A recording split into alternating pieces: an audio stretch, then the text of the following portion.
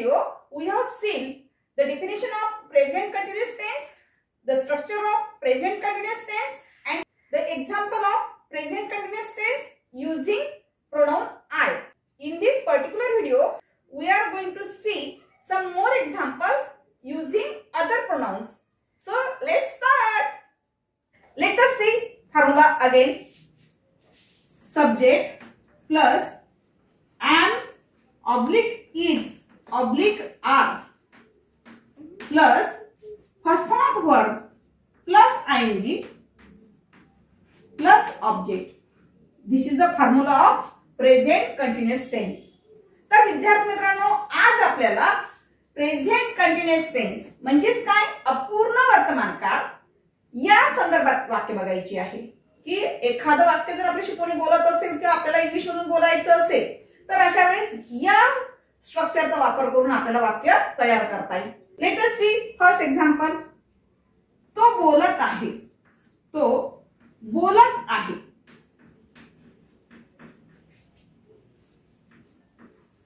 बोलत आहे. आता बघा या वाक्यामध्ये तुम्हाला काय दिसत आहे, म्हणजे जेणेकरून आपल्याला ते वाक्य तयार करायला सोपं जाईल. या ठिकाणी सब्जेक्ट दिसतो आहे. सब्जेक्ट कोणता आहे? तो. बोलत आहे. क्रिया कोणती चालू आहे? ऍक्शन कोणती चालू आहे? बोलण्याची. बोलत आहे. बोलत आहे हे जे झालेलं आहे हे ऍक्शन चालू आहे, कंटिन्युअस ऍक्शन आहे. बरोबर आहे. म्हणजे बोलत हे जे झालेलं आहे कंटिन्युअस वर्ब झालेला आहे. आणि आहे हे जे आहे ने काय झालेलं आहे, वाक्याची क्रिया कंप्लीट झालेली आहे. म्हणजेच आहे काय झालेलं आहे तुमचा टू बीज फॉर्म मध्ये घ्यायचं आहे. त्याला टू बीज फॉर्म मध्ये घ्यायचं. म्हणजे टू बीज फॉर्म म्हणजेच काय, टू बीचं रूप. टू बीज फॉर्म म्हणजेच काय, टू बीचे रूप घ्यायचं आपल्याला आहे. तर नंबर 1 ला काय घ्यावं लागेल तुम्हाला?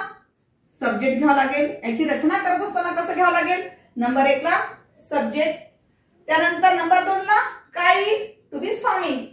आणि जे काही आपण ऍक्शन करत असेल, ऍक्शनने बोलत असेल तर त्यानुसार नंबर 3 ला काय येईल, तुमचं वर्ब येईल. चला तर याची मांडणी करूया आपण अकॉर्डिंग टू स्ट्रक्चर. तो म्हणायसाठी काय घ्यावं लागेल? ही. ही म्हणजे काय होईल? तो. आता या ठिकाणी ही कसं आहे? सिंग्युलर आहे, एक वचन आहे. मग एक वचनी प्रेझेंट टेन्स टू बीज फॉर्म घ्यायचं आहे. म्हणजे इथे टू बीज काय घ्यावं लागेल? इज. He is. काय करत आहे तो? बोलत आहे. आता बोलण्याला काय म्हणतात? स्पीक. आणि त्याला आता तो क्रिया चालू आहे म्हणून फर्स्ट फॉर्म ऑफ वर्ब तर घ्यायचंच आहे. हे तुमचं काय झालेलं आहे? फर्स्ट फॉर्म ऑफ वर्ब झालेलं आहे. तर याला तुम्हाला काय लावायचं आहे मग? आयएनजी. म्हणजेच तुमचं काय होईल, ते क्रिया चालू दर्शवला जाईल. म्हणजेच कसं होईल वाक्य? बघा, ही इज स्पीकिंग. या वाक्यामध्ये काय बोलत आहे दिलेलं आहे का? नाही. तर त्याच्यामुळे फक्त तो बोलत आहे एवढंच दिलं आहे. म्हणजे या वाक्यात ऑब्जेक्ट आलेला आहे का? नाही आहे. म्हणून ही इज स्पीकिंग. अशा प्रकारे वाक्य तयार होईल. Now see second sentence. ती लिहित आहे.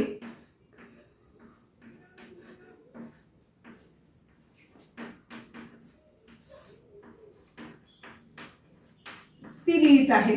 बघा या वाक्यामध्ये आता याला आपल्याला इंग्लिश मध्ये करायचं असेल तर कसं करणार? सगळ्यात पहिले वाक्य ओळखून घ्यायचं. त्यानंतर काय करायचं आहे? अकॉर्डिंग टू फॉर्म्युलानुसार पुटअप करायचं आहे. जो तुम्हाला फॉर्म्युला दिलेला आहे त्याच्यानुसार त्याला पुटअप करायचं आहे. म्हणजेच कसं होईल बघा, ती म्हणजेच काय होईल तुमचा सब्जेक्ट. या ठिकाणी कंटिन्युअस ऍक्शन दिसते आहे. कंटिन्युअस ऍक्शन म्हणजे कशाची आहे? लिहिण्याची. म्हणजे लिहित हे जे झालेलं आहे तुमचं हे काय झालेलं आहे? कंटिन्युअस ऍक्शन आहे. कशाची आहे? लिहिण्याची. म्हणजे हे वर्ब झालेला आहे. आणि आहे काय झालं तुमचा? टू बीज फॉर्म झालेला आहे. बघा आता याला कशा पद्धतीने घ्यायचं? ती म्हणाले असेल म्हणजे ती जो आहे हा काय झालेला आहे? ती हे काय झालेला आहे? सब्जेक्ट झालेला आहे. चला याला नंबरिंग करूया.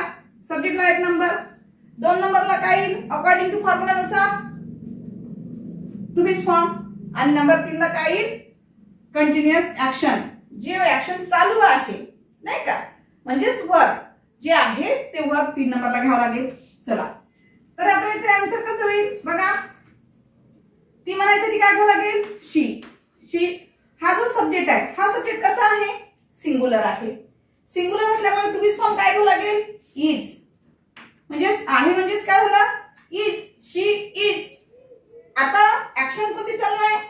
लिहिण्याची, मग लिहिण्याला काय म्हणतात राईट. राईट. आता राईटचं ऍक्शन स्पेलिंग कसं आहे राईट. त्याला आयएनजी लावल्यानंतर काय होईल रायटिंग होईल. पण या ठिकाणी हा जो शेवटी आलेला ई आहे हाही तुम्हाला काय करावं लागेल आयएनजी लावत असताना कट करावं लागेल. म्हणजेच काय करावं लागेल रायटिंग. तर शी इज रायटिंग.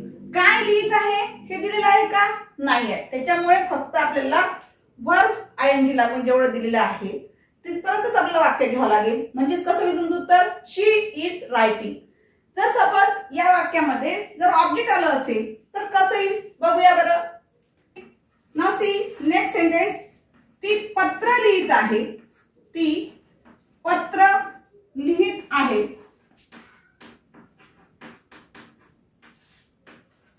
बघा या वाक्यामध्ये तुम्हाला काय दिसतंय बघा. त्या वाक्यामध्ये 3 गोष्टी दिसल्या होत्या पण या वाक्यामध्ये तुम्हाला काय दिसत आहे 4 गोष्टी लक्षात येत आहेत. 4 गोष्टी कोणत्या आहेत ते पहिले जाणून घ्या. ती म्हणजेच काय सब्जेक्ट आहे हे काय झालं तुमचं. ज्याने वाक्याची क्रिया कंप्लीट झाली ते काय झालं तुमचं टू बी फॉर्म. या ठिकाणी या वाक्यामध्ये टू बी फॉर्म. आता कोणती ऍक्शन करत आहे लिहिण्याची बरोबर आहे. काय घ्यायचं वर्ब कोणतं येईल लिहित. लिहिण्याची ऍक्शन करत आहे म्हणजे लिहित हे काय झालं तुमचं वर्ब झालेला आहे. काय लिहित आहे पत्र लिहित आहे. किती पत्र लिहित आहे 1 2 असं काय दिलेलं आहे का नाही आहे. फक्त पत्र दिलेलं आहे. म्हणजे काय लिहित आहे असं जर लक्षात घेतलं तर काय लक्षात येईल या ठिकाणी पत्र हे जे आहे हे काय झालं तुमचं ऑब्जेक्ट झालं. ऑब्जेक्ट म्हणजेच कर्म. चला आता आपण याला नंबरिंग करूया. कोणतं सिक्वेन्स कधी येईल या पद्धतीने बघूया. सब्जेक्ट म्हटलं तर number 1 to be form according to फॉर्म्युलानुसार घ्यायचं म्हणजे नंबर 2.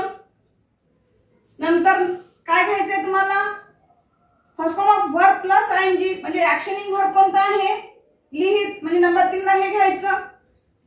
काय लिहित आहे हे ज्याचं उत्तर मिळत असेल ते म्हणजे तुमचं काय झालेलं आहे ऑब्जेक्ट झालेलं आहे. म्हणजे ते कुठे येईल नंबर 4 ला राईट. आता बघा याला कसं होईल वाक्यामध्ये कशा पद्धतीने तयार करता येईल बघा. अकॉर्डिंग टू फॉर्म्युलानुसार ती म्हणायचं असेल तर काय घ्यावं लागेल शी.